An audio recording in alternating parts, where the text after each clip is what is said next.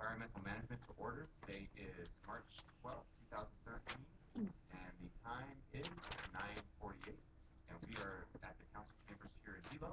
Please turn off all cell phones, pagers, mobile communication devices, or put them on silent mode, please. First, we'll take statements from the public. Prior to taking statements from the public, I'm going to introduce my fellow committee members. To my far left, Mr. Onishi will be joining us here in a minute. Moving right, Ms. Wille, Ms. Poindexter, Ms. Ford. To my far right, Mr. Ilagan, Mr. Yoshimoto, Mr. Kanuha, and Ms. Ia, and I am Zendo Kern, the chair. Now we'll move into taking statements from the public. Do we have any testifiers here in Hilo? Okay. Any testifiers in Kona?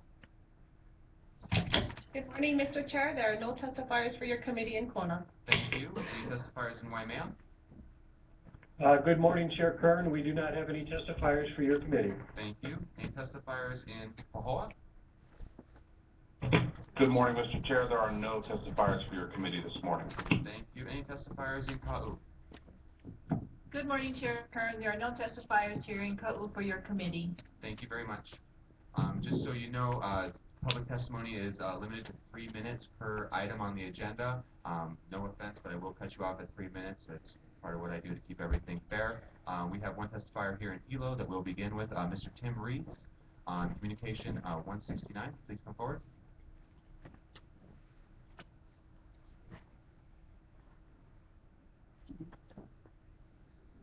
Mr. Rees, give us your name and you may begin.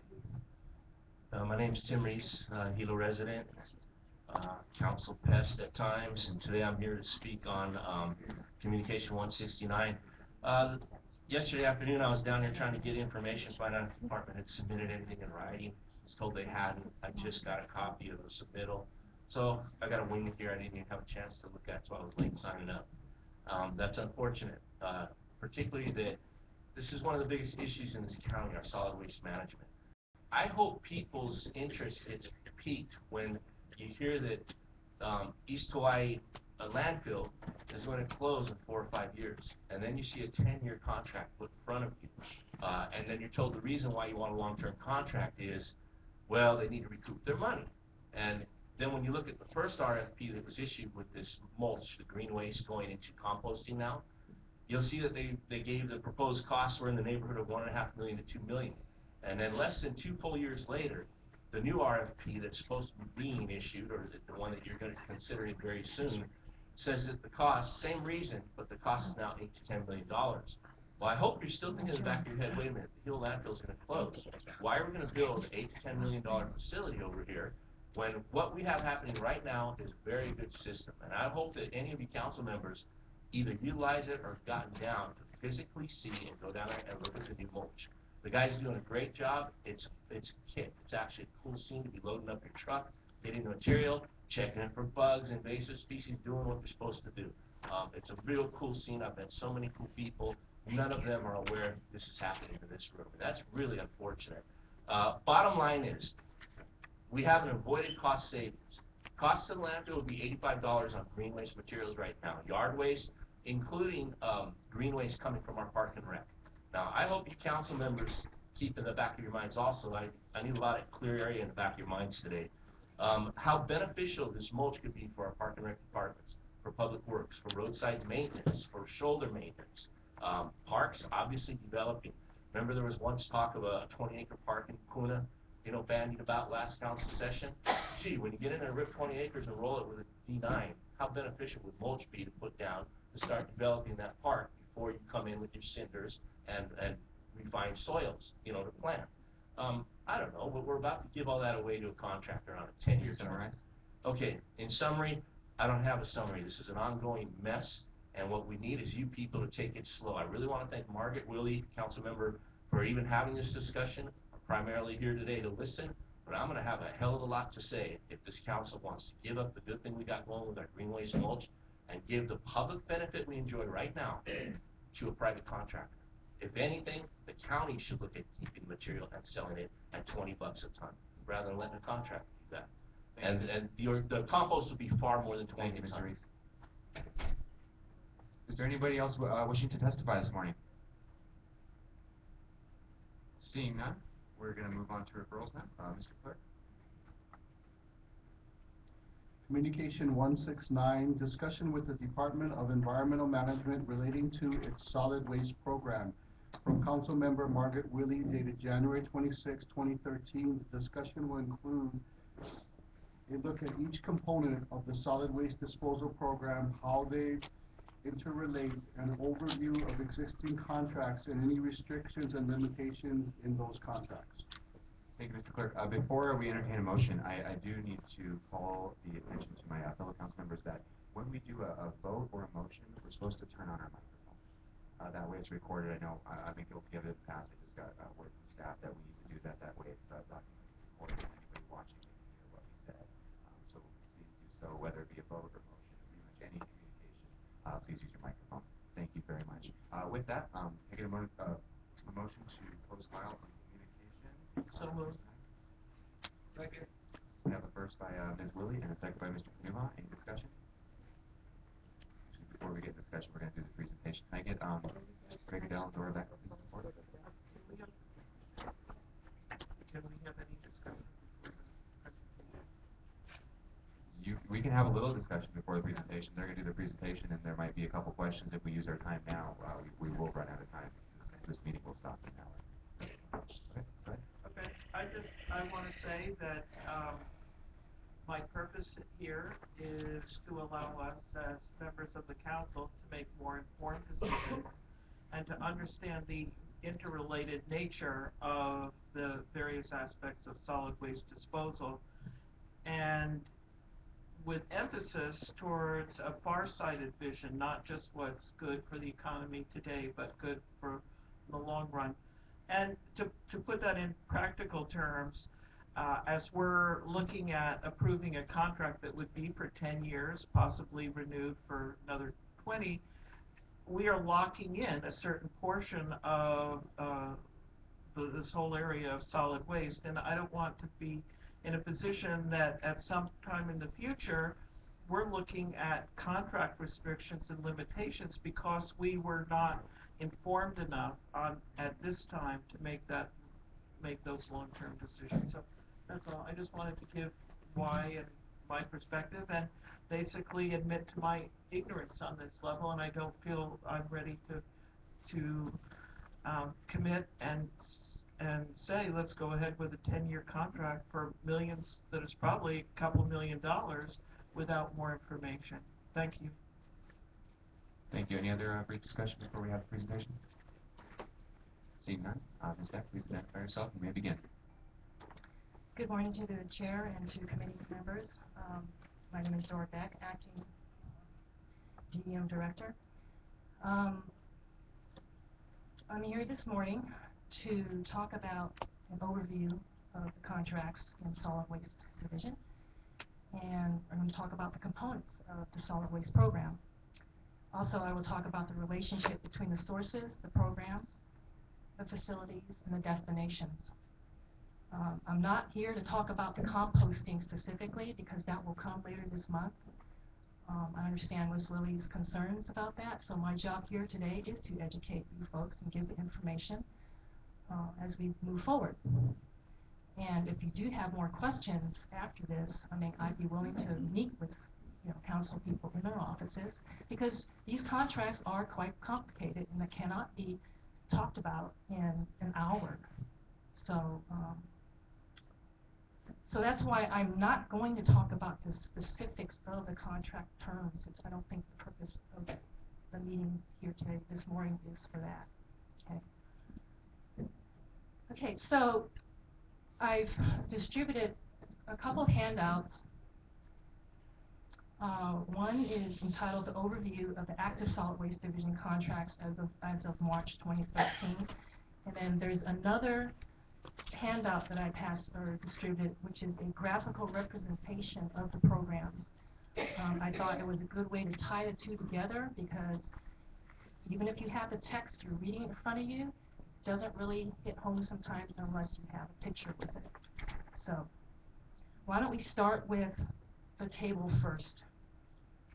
As you can see, I've organized 20 of our active contracts, and basically I'm going to be talking about the operational aspects of the contracts because I think that's what you're interested in and what you need to understand. There's 3 areas or 3 programs basically: the recycling program, the abandoned vehicle program, and the solid waste program. I know the recycling and abandoned vehicles is under solid waste, but the way the contracts are set up, it's easier to think of them as 3 separate items there. So in the second column, I've included, specifically what service do these contracts provide? Third column is the purpose. Fourth column is the vendor's name. The fifth column is, because recycling costs money, I've decided to add in what is the average annual cost to run this service. Revenue source, and then the last column is general process description, just giving you an idea of a little bit of the details of how the program is run. So if we look at services provided, I bold and italicize for just quicker or ease of reading and understanding what that contract is about. We have contracts for the reuse centers, and I've also pointed out, at which county transfer stations. We have the 2-bin recyclable. We have the e-waste program. Number 5, we have the High-Five program. Number 6, we have the household hazardous waste program. Number 7, we have the green waste into mulch program. I emphasize green waste into mulch. We don't have composting yet. Number 8, we have the abandoned derelict vehicles and scrap metal program. Number 9, we have the used tire program. Number 10, we have the towing program.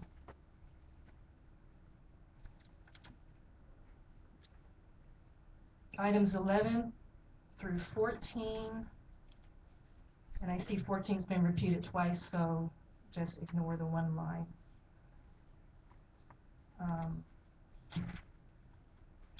11 through 14 are what I consider support services. Number 15 is management of the West Hawaii landfill, so that's more of an operational service. And then 16 through 20 are additional support services.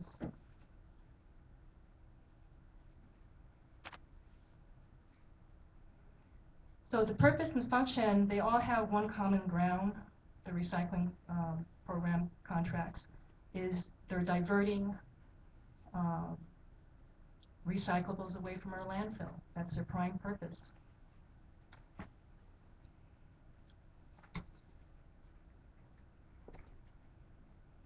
The abandoned vehicles program is basically to remove the abandoned vehicles and derelict vehicles off from the private street.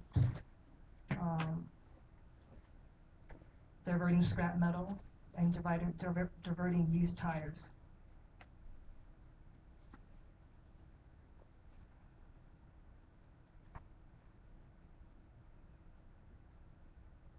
If we go over to the general process description, as I said, I've identified which locations the transfer station or where these services are located at which transfer stations. Example for the reuse centers, and I'm not going to read through every one of these. It's accepting donations and selling reusable items. The 2-bin recycling basically is bins are available, roll-off bins are available at the transfer station to provide for collection of recyclables to be hauled away to a permanent facility. E-waste program is conducted on Saturdays, rotated between 4 transfer station locations. the Hi-Fi program is located at 10 locations, 10 transfer stations. Hazardous waste is basically pre-scheduled events.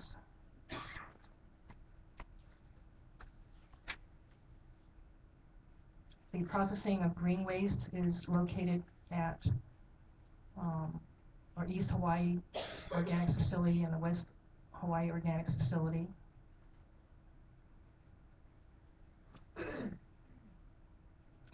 And the abandoned vehicles, basically how that works is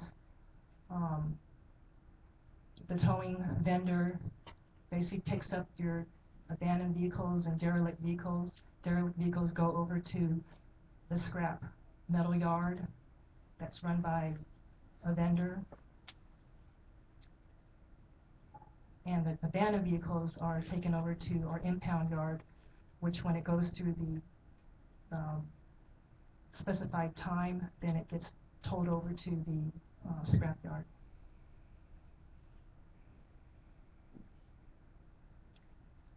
There's one on here, number 11, a contract which is called the Landfill Diversion Incentive Program. I just want to point out this is not a service contract. What it does is there's funds in this program to incentivize eligible private businesses to operate permanent facilities. And what this permanent facility does is it processes and ships recyclables to an end user.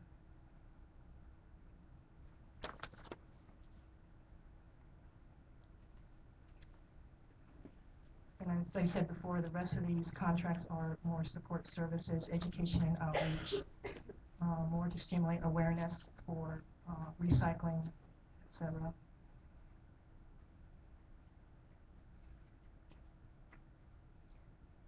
And the rest of it, again, is solid waste support services.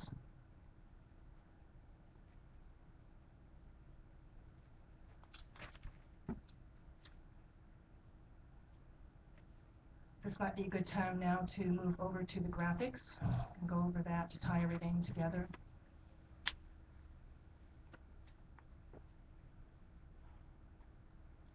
Let's start with the upper left corner where it says Destination County Transfer Stations.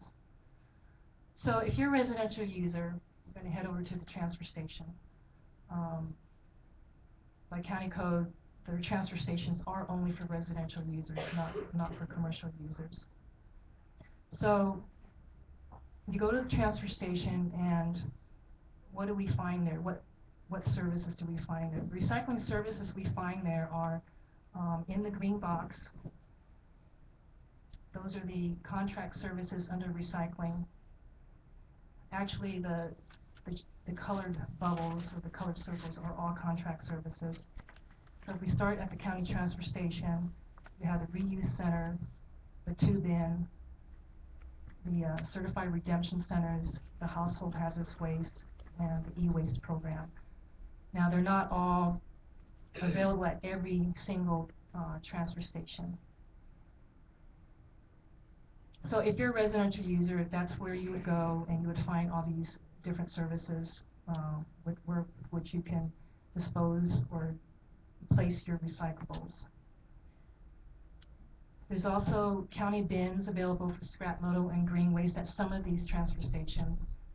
And those are the ones where the county workers would haul, for example, green waste, would haul it to the vendor that operates the processing operation for green waste, which produces the mulch. And this is at either the East Hawaii Organics Facility or the West Hawaii Organics Facility. The scrap metal, when it's collected, is hauled to the vendor who operates the abandoned vehicle scrap metal processing operation, which is either at the Hilo base yard or the Kealakekee transfer station.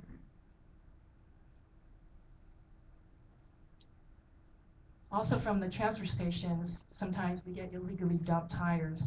So those are hauled by the county workers over to the tire processing operation, which is located at either the Hilo base yard or the Kealakekee transfer station.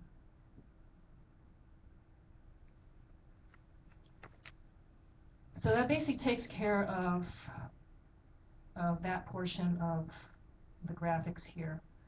Of course, whatever refuse, residential refuse from the from the county transfer stations, those get hauled over to either the Hilo landfill or the West Hawaii landfill. So if you look in the lower left corner cloud, the cloud shape, if you're going to the county landfills, which is basically your commercial and residential users, you're going to go through the scales, which are exist both at the Hilo landfill and the West Hawaii landfill. You pay your $85 a ton. So if you're residential in either Hilo or West Hawaii, you take your refuse that's normally prohibited at the transfer station.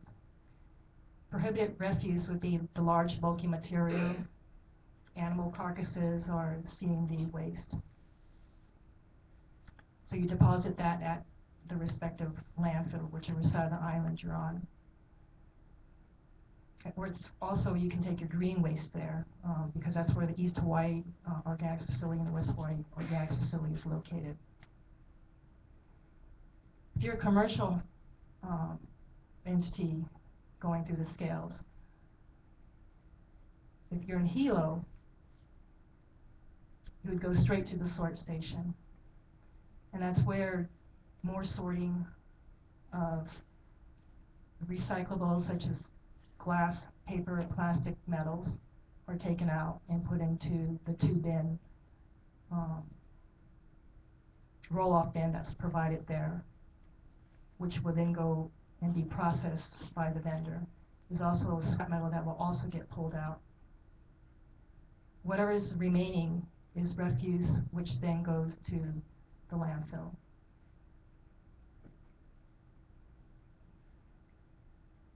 So commercial refuse, just strict refuse, would just go straight over to the landfills. And if you got green waste, same thing, it just goes over to the organics facilities.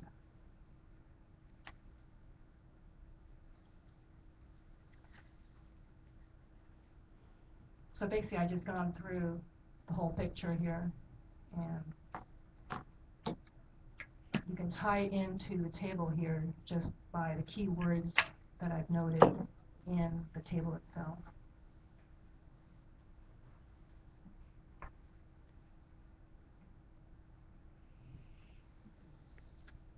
Thank you, Ms. Beck. We'll open up now for questions and discussion. Ms. Wille? Thanks. Do you expect any major changes in the coming year as you're planning to this overall picture? Yeah, there are major changes in the program for the abandoned vehicles program. Right now, the vendor is operating a scrapyard on the county facility, but that contract is going to end on March 27th. We're working on a new bid now, where actually going to be a different program where the county is going to be hauling scrap metal straight over to a permitted facility for processing and recycling. And with regard to recyclables, what are you anticipating a change there? Well, the one additional is, we're looking at the composting, which I don't want to talk about that at this time, but that's under further discussion. So that could be a change. I'm seeing perhaps several years when the division is able to afford it in their budget, perhaps do the two-bin in-house, because all it is really is collection and hauling.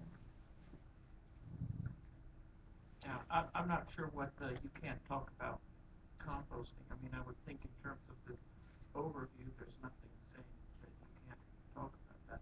But like the Hi-Fi program, I don't know where that's set. Is that looking like that's continuing on as We understand, the latest word from the state is that there will be no more funding in fiscal year 14-15. I'm sorry, 13-14. So that would put an end to that unless we as a county fund that. Is that correct? Correct. So that would be a major change, right? That would be a major change. It would be definitely a major change to the public, the folks who are used to bringing, their high five, whether it be glass, metals, plastics, to these specific locations, the 10 certified redemption centers we have throughout the island. Right. So now that we're all trained to do this and encouraging it, it would there'd be a no longer available sign there, right? Well, Unless we are somehow able to address this problem. Let me back up here. Even if the state doesn't provide the funding, we've included,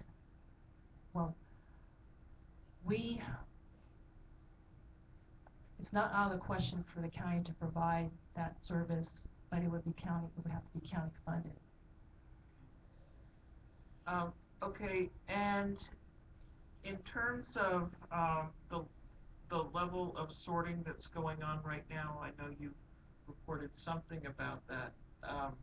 That's all going on over in Hilo? Correct. For the commercial folks. Okay. And when I look at this chart, you went through some detail, but then on terms of solid waste, there wasn't as much. I mean, the key thing, our starting point, when I just go down the numbers, what it costs, number 15, solid waste, this waste management of Hawaii this is a $5 million a year deal, right? And this is the one that you said we've got this contract in perpetuity. That's correct. That is the contract for the life of the landfill. The operations is run by Waste Management of Hawaii. And some contracts the county negotiates, and some there was at least one that it's actually Waste Management of Hawaii sends out the bids, right? I mean, I just wonder, I guess my question is, are all of these contracts that you have here negotiated by the county, or are there particular ones that are being negotiated by Waste Management of Hawaii or some other entity that's non-county? These contracts are all negotiated by the county. Okay. I guess there was one, the methane one, wasn't that was something that would have been negotiated by Waste Management as part of their... You're talking about the gas collection and control system that we're needing to install at the West Hawaii landfill. Yeah, that is work that's going to be subbed out by Waste Management. So we don't have direct control over that contract, because in the current contract, Waste Management of Hawaii is responsible for constructing that system. Were you here when Mr. Rees was speaking and asking his questions, such as that if Hilo landfills anticipated to be closed within the next 5 or so many years, then why would we be negotiating a 10-year contract that would impact the Hilo landfill? Yeah, I was here. And what is your response to that? Well, the purpose of the 10-year, I think he's talking about the composting contract, that is a way for the county to turn compostable products to compost. Compost, I understand, is a product that is sought after by folks in the agriculture business. So it's a way of having that product on this island.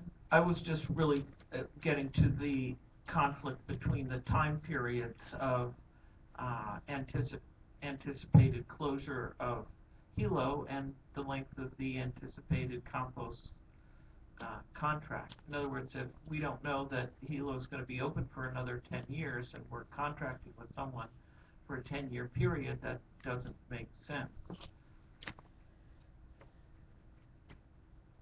I don't know that closure of the landfill will impede ability, Okay, that's what I want to understand. to produce compost. Because if it's not going to landfill, it's going to go somewhere. So it will end up going to a compost facility. And there's someone recently came to my office and said there's a problem with fire ants at one of the green waste stations, and whether there is or is not, I just wondered how we avoid situations like that could sort of contaminate the whole idea of compost and using it for agriculture. Actually, maybe Greg Goodale can come up and comment on that. And Greg, can you just say who you are? So. Yeah, good morning, Greg Goodale, Solid Waste Division Chief. In response to the question about things like invasive species at the sites that we do the processing, we do have the contractor monitoring for any of those kinds of things that might be coming in. Matter of fact, there's signage up at the facilities where we collect the materials. Basically informational signage to people to be aware of what they're bringing from their own property, and then also, we require the contractor actually go out and survey the site, and they work with folks with the Department of Ag, with the state. I know there's active communication there between our contractor and the state, invasive species to monitor those kinds of things.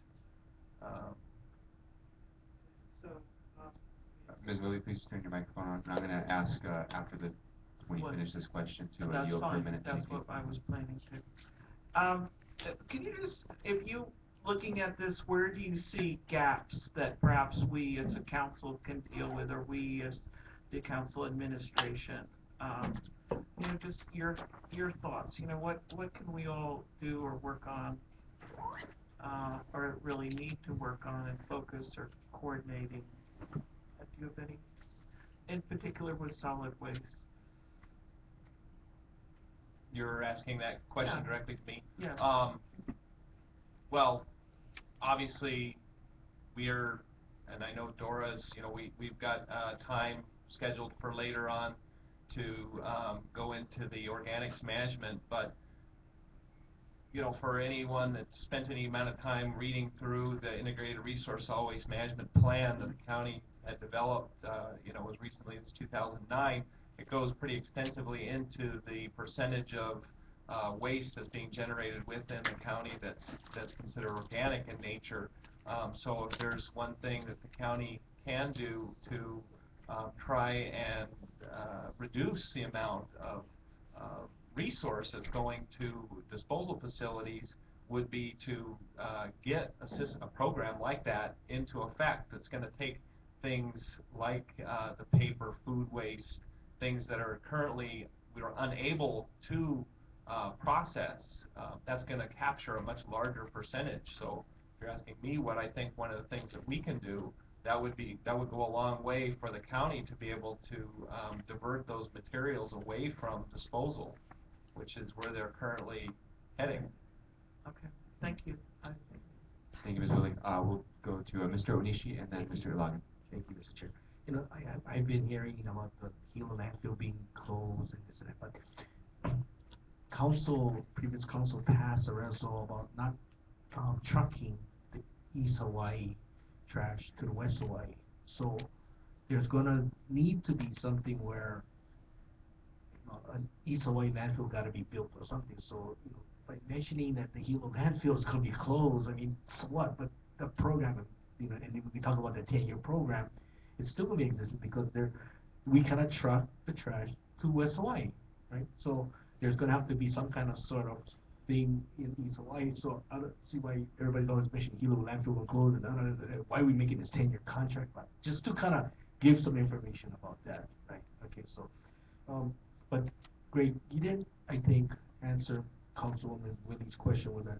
Is there fire ants at any of the locations that you know of? I don't have any confirmed reports that there's been a fire ant issue at either one of the collection facilities. And so no one from the public has called you folks? I haven't received any calls reporting any fire ants being located at either of the facilities. Okay, good. My only other thing is that,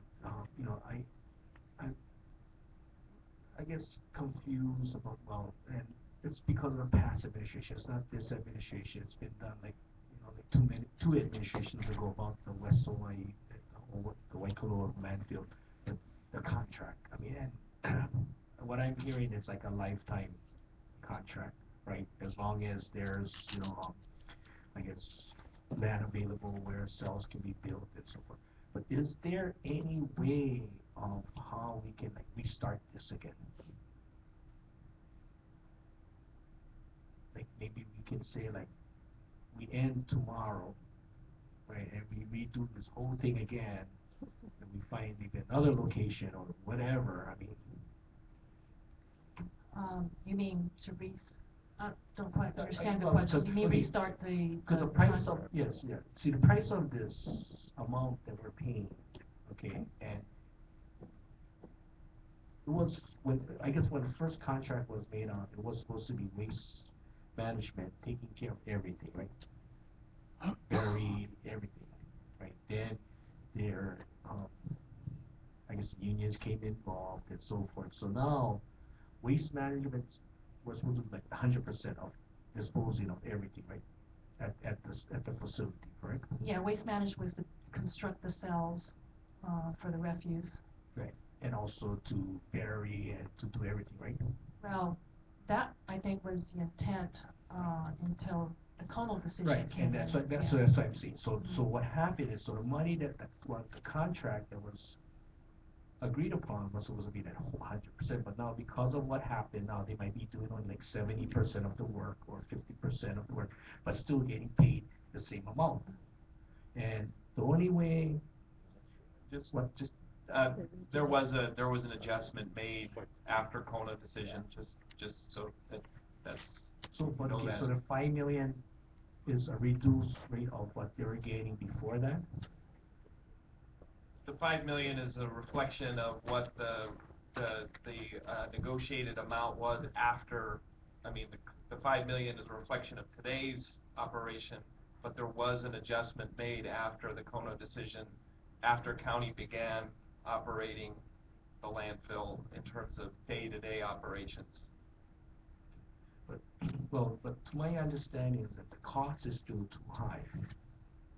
And so all I wanted to see is that if there's any possible way of how we can redo, because I don't think you folks can go in and renegotiate this contract, correct? I'd have to look into that for an answer on that one. I'd have to research that. I'll talk to you about it now. Okay. And the last thing I have is about, this Councilwoman Willie mentioned about state funding. There is a couple of things on here that, that state grants. And so, what is the future of that? Again, on number 4, I don't think we getting any more money for the e-waste, or are we? Number 4, I have not heard anything different about getting Because we're not receiving getting, grants. or are we? We are. Okay, and how much Yes. is the amount we getting from them? We have been getting $100,000 a year. Okay, and then it's like the high five. The high five is the one that is in a dire situation. Okay, that should be ending in 2013. We're being told that it would be ending in 13-14. And then, and so now, to my understanding of that one is that the state are still gonna collect the 5 cents per bottle plus the other 1 cent, which was, a portion of that was coming to Hawaii County, correct? And, Correct. and so now, they're saying, we're not gonna give you that money, and so we're not collecting anything to help offset the reimbursement to the people when they turn in their aluminum cans or their plastic bottles, right? And so it's gonna have to come out like from general funds to help pay for this, correct? Correct. Right. Correct. If county wants to continue with the service, it will likely have to come out of general fund. Yeah, and so, I guess maybe Councilor, that's where too, I guess, we need to, contact your representative and your senators to let them know how important that high five is, and that, they're collecting the money, the fees, and not giving them to us, and then now we're gonna have to put that up. Because either, if we don't do it, then people are not gonna recycle these products, correct? We're less likely to. Right, and so that's gonna go into the landfill, which is gonna fill up our landfills, and it's gonna be faster, so that's another issue Now, you guys. I just want to add that I believe there are some, Greg, correct me if I'm wrong, that there are some private entities who are running high five. Yeah, that's correct. There are private high five collection entities, but they are primarily located within Hilo, Kona. So one of the big things that we obviously have advocated with having these things located at the county facilities is that the use of these facilities is the highest use facilities countywide, and it provides in the rural areas a place for people that live away from kind of those central communities to also be able to participate in this program and be able to redeem their materials for the redemption. But I'd also like to echo what you said, that any support that can get from the legislature is something that is going to get their attention for these things. Okay, thank you, Mr. Chair. Thank you, Mr. Onishi. Mr. Ilagan.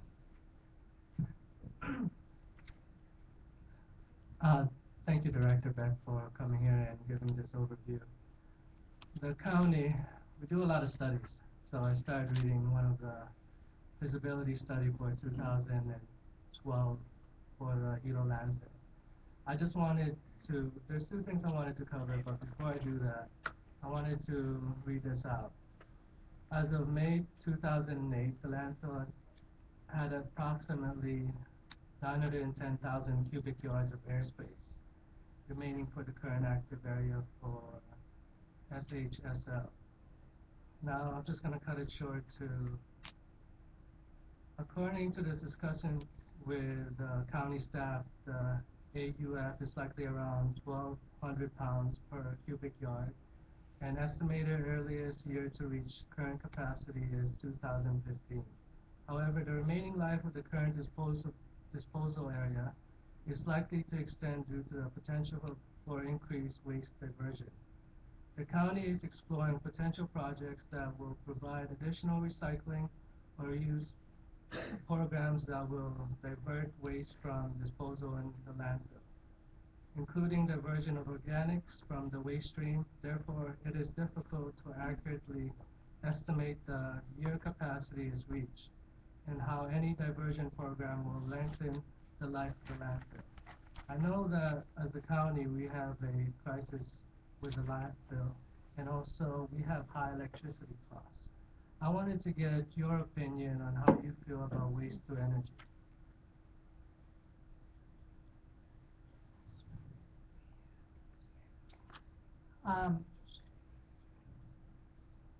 My opinion, without lengthy discussion, which it does require a lengthy discussion, my feeling is I don't think it's a bad thing. It's the only question is, I think we need to look at what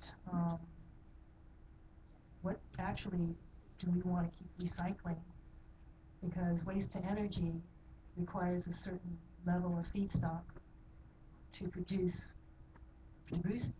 energy to make it profitable. We're not quite at that point yet where we have the answers, but these are just things that when I think about waste to energy, these are things I think we do need to think about. Greg might have a different opinion because we haven't quite gotten into it yet, but we will need to do that probably in the next few months to start thinking seriously about that option. I'm not saying that, without further consultation with the administration, I'm not saying that's definitely what we're going to do. I'm just saying that it needs to be thought out. It needs to be considered. May I also get Greg's opinion on it? I'd probably echo essentially what Dora said about, a lot of this is going to take an evaluation of, the feedstocks available. We've been trying to head in the direction, especially when you look at the organics management, when you are able to divert upwards of 60% of the waste stream to a program like an organics management program that has a beneficial use here on the island, and then you look at what's the remainder, after that 60% has been removed from the waste stream, what's left, and that's, I think, the biggest question that's going to have to be answered as to what that remainder is and what that represents in terms of type of a facility that would be viable here in Hawaii Island. When we look at our overall tonnages for Hawaii Island, we're operating on a different order of magnitude than a lot of places that are utilizing some of these types of systems. So for us, I think one of our things we try to look at is the sustainability of the thing like the organics management program. We see that as a very sustainable type program. Thank you, Greg. So that's the first thing. Now, the second thing I wanted to talk to you about, and you mentioned profitability, Director, and also you mentioned sustainability, Greg. I wanted to talk about the greenways. Now, what you're looking at for the change is giving compost as another benefit to the community. Now, how much would the compost sell at to when selling it out to the community? Because you gotta look at profitability, and if what I'm trying to get to is that is this price of compost less than what commercial industries are actually selling, or is it more? And if it's more, will consumers buy it? It's not really sustainable. And is it profitable? Yeah, it's probably profitable to the provider that's selling the compost. But I just wanted to know, have you looked at the price on how much they would actually sell the compost for? And is it sustainable? Yeah, I understand your concerns about that. At this point, we don't know what price the compost will be sold at. And in the next few weeks, as we're preparing for the compost presentation that's scheduled for March, I think it was 26th or 27th, those are the things that we're going to be looking into. Okay. There's also another thing I wanted to look into in regards to compost. Right now, we're giving out mulch to the public for free. And the compost would actually, the provider would actually sell it out to the public. Now, if I was the provider, what I would do would be to sell mostly compost, because you're talking about making mulch, which will be an expense. And in other words, I would actually make the thing that would make more profit for my company. Now, right now, we're paying around $1.5 million annually for the green waste for mulch. Now, for this compost provider, we would be paying twice as much, around 3 million. Is that, am I throwing out estimated figures around that area? Is that?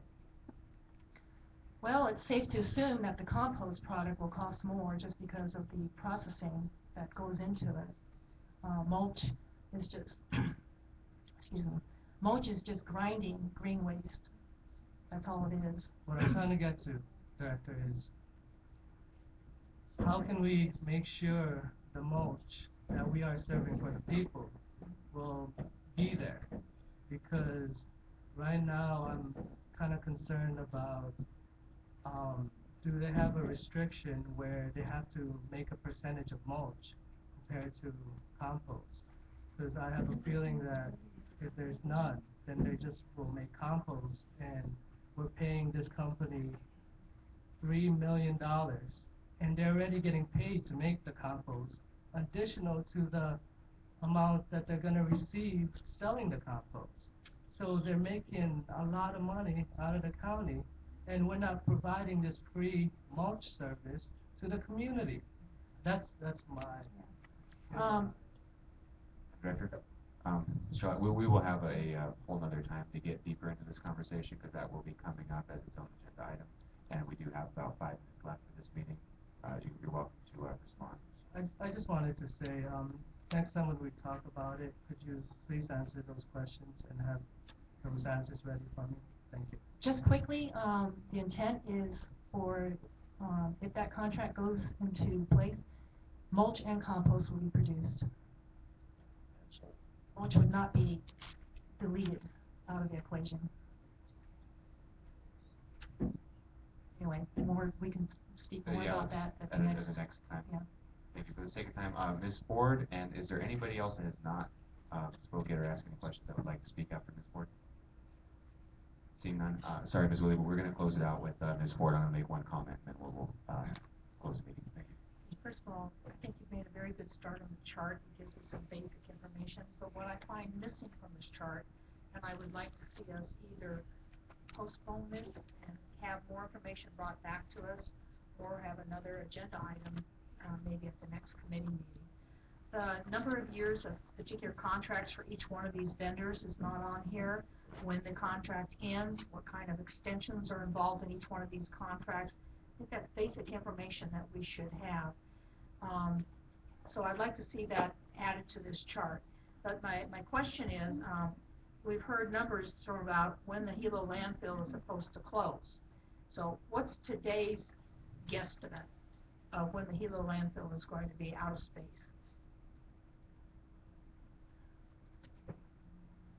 We're looking at 3 to 4 years. So where are we on, if it's 3 to 4 years, and that's fine, it's a guesstimate at this point. The current sliver fill that we're operating in, we've probably got about between 3 and 4 year estimated capacity there. There is additional area that hasn't been developed at the Hilo site that wasn't developed in the same manner as the sliver fill for the area that we're operating in now, that's nearing, within 3 to 4 years of completion. But so that's the area that we have designed as of right now is about 3 to 4 year. But since I've been here, everything I've ever seen that has ever tried to estimate the closure date for the Hilo landfill has been grossly in error. So whatever I just told you will probably be wrong. It's today's guess, tomorrow's will be different. Yeah. I understand. Thank you. So the extra area that you mentioned, does that require a new permit from the DOH to use that area? Is it already permitted for use? We would need to consult with DOH as to what process that we would need to go through. There was quite an elaborate process that was gone through with the initial sliver fill that was proposed. So we would be consulting with DOH on that. Have you started that consultation? We're in constant consultation with DOH. So we have discussed additional capacity at the Hilo landfill. We've discussed expansion of the Hilo landfill. There's been a lot of different things. I mean, like I said, we're in constant discussion with DOH But specifically as far as the area that I was discussing earlier, yes, we have discussed that with them, but no, we have not gotten specific direction on what we would need to do for that. So what do you need to do in order to get specific direction? I mean, talking is wonderful. But my fear is, and this is what Westwise is always worried about, is that the landfill will be ordered to be closed on a certain date, and we've done nothing to get a permit to open up a new landfill in Hilo. Mr. Onishi's correct. We've got to have a landfill someplace on the east side, and for all the years I've been on the council, not 1 inch movement towards getting that new site or a permit has been made. A lot of talk, no action. So the question is, where are the permits that we're going to need to open or start building a new landfill, a lined landfill, obviously, in Hilo, but I mean, it's nice that you're in consultation all the time with DOH, but, you know, basically, where's the beef? I mean, where's the permit that we need to start moving? And why isn't that addressed in here? I want to move to postpone till the next council meeting. Ms. Wille, Ms. Wille, yeah, that is, Ms. Ford has the floor right now. Okay, don't worry, I'll let you do it. So, my question is, what are we doing about Hilo? We've been talking about, I've been on the council with Jay here for, what happened to Jay? Where did he go? There he is. 6+ years now, and this subject keeps coming up, and the dates keep, you know, floundering around, but absolutely no action towards getting that permit. What are you doing? Well, as I tried to mention earlier, that yes, we do need to talk about the overall solid waste management on this island.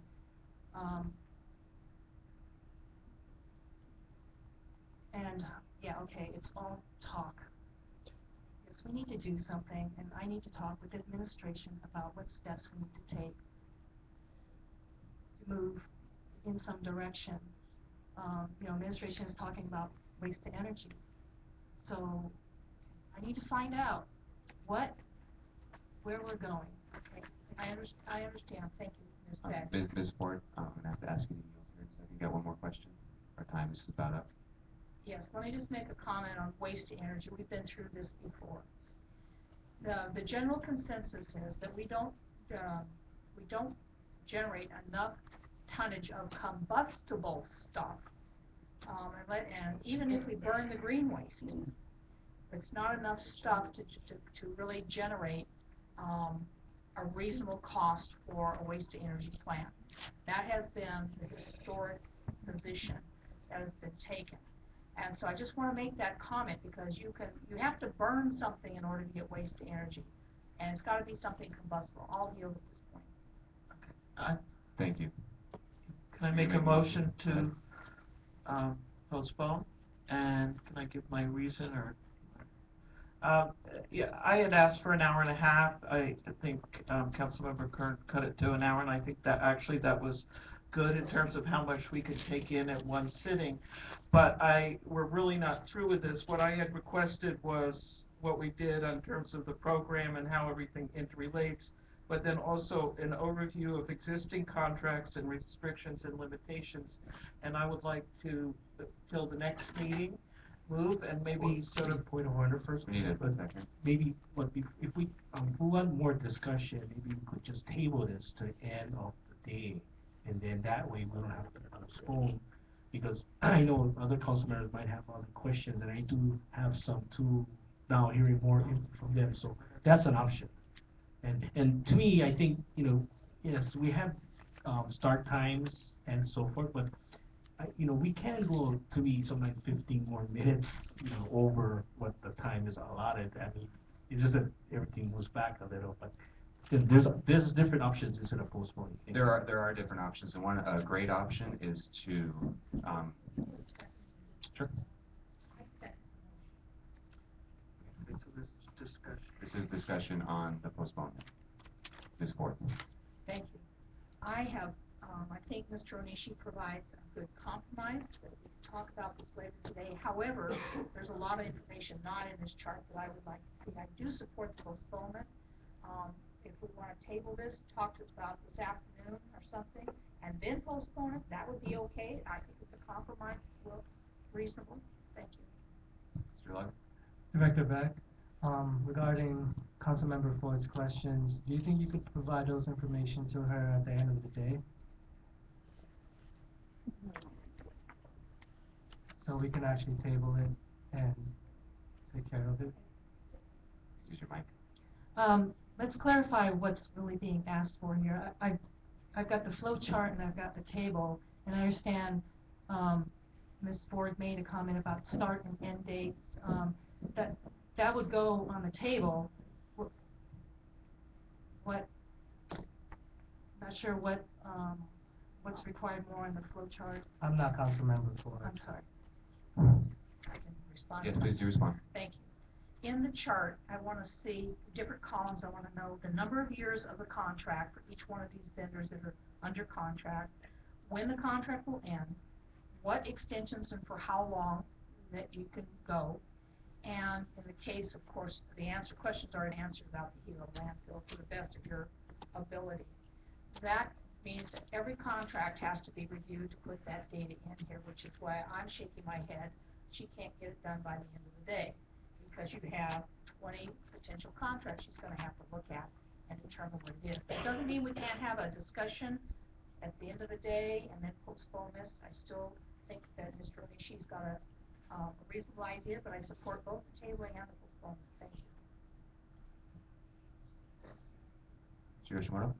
I'm going to speak against the tabling it because, for the reasons Ms. Ford stated, in addition, we don't know what our schedule is today. We don't know how long it's going to be held. I don't want to keep DM, waiting because I'm sure they have other things they need to work on. While it's okay to do, it's just too much uncertainty for me, so I'm going to be against that idea, but I'll support the postponement. Thank you, Mr. Yoshimoto. Personally, I've met with both Dora and Greg multiple times. I've toured facilities, I've asked questions, I've taken notes. That to me is a lot more productive than having them come in front of us and grilling them when they might not have the information present. I think it makes sense to sit with them with the list of questions you have, and they've been very responsive to that. I think after that's done, then there's a chance to have them come back, but it just does, it's hard to get all the answers when they're right here, on the hot seat, so to speak, versus being able to get on the computer, look various things up, and actually have a dialogue about it. That's what I would encourage. If the fellow council members are willing to do that, I think the next time we do something like this, it'll be that much more productive. So myself, I'm against the postponement. I'd like to see Greg and Dora get back to work, trying to solve some of the problems that we have out here. Us as individual council members to go meet with them as we need to, as I've done already multiple times. And then at that point in time, if there is specific questions, we could have, make a communication that says we want these specific things answered, and then they can come prepared with that. So I'm not for the postponement. Mr. Onishi? Yeah, thank you, Mr. Chair. Mr. Chair, this landfill is in my district in Hilo. Okay, so I've been for the past 4 years in discussion with them. So I've been doing my homework and I've been in discussion with them to let you know. Last meeting I had with them, they told me I had 7 more years. Okay, and this is like, when was the last time we met? Like maybe a couple months ago, right? 2-3 months ago, we're discussing about one other issue. And so now, but today I'm hearing it's only 3-4 years. So that's why I want to get more information, because I did go and visit them, okay? And so, to say that, that that's what we should be doing, I am doing that. And that's why, that's my question was about, because I was told 7 years more. And when I first started in 2008, they said I had 7 years left, okay? And now, after 4 years later, there's still 7 more years left. So they said it's very hard to predict what is the amount, but that's why I was saying about we should be talking on the postponement. So that's what I'm talking about. That's why I wanted to table it, just to kind of get more information about that. But, I'm also supporting the postponement. We can do that. Thank you. Mr. Kanuha? Mr. Chair, we obviously have a lot more to discuss about this particular issue, so I'm going to call a question. Second. Let's take the vote on calling the question. Mr. Clerk. Ms. Zia? Ms. Ford? Aye. Mr. Ilagan? Aye. Mr. Kanuha? Aye. Mr. Onishi? Aye. Ms. Poindexter? Aye. Ms. Wille? Aye. Mr. Yoshimoto? Aye. Chair Kern? Aye. Chair, you have 9 ayes. Now we're gonna vote on the motion to postpone. Mr. Clerk? Ms. Ia. Aye. Ms. Ford. Aye. Mr. Ilagan. No. Mr. Kanuha. Aye. Mr. Onishi. Aye. Ms. Poindexter. Aye. Ms. Wille. Aye. Mr. Yoshimoto. Aye. Chair Kern. No. Chair, you have 7 ayes. I guess we should, so that passes. When are we gonna postpone it to? Excuse me, Chair. Yes. I would recommend the April hearing, the April meetings. Okay. Let's do that then. Postpone till April.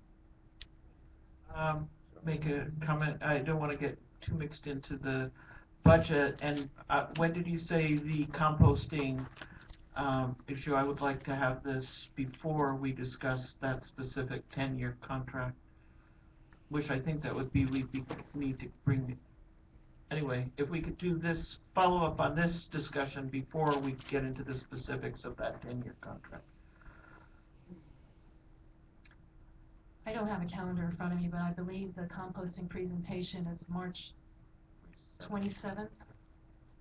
So that most likely won't happen. We can take up the composting contract at that time and deal with it accordingly. But the 27th is our next committee meeting. I'm asking that this discussion of the overall contracts on solid waste be discussed before we're voting on a new contract for solid waste, especially where something like waste to energy basically would compete with composting. Point So- taken, we're not in discussion anymore. The vote's been made, but point is taken. Thanks for the point being taken. Chair, would you like to look at the April 8th committee meeting? Yeah, that would be the, yes. We'll adjust accordingly. Okay, so that's it. It's been postponed. Move to adjourn. Anybody?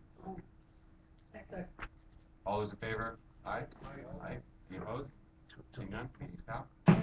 April 8th. They're gonna have to postpone the other one again, the composting one, but they don't have the votes, they'll probably pass it, you know. Oh, I'm sorry, I did not want my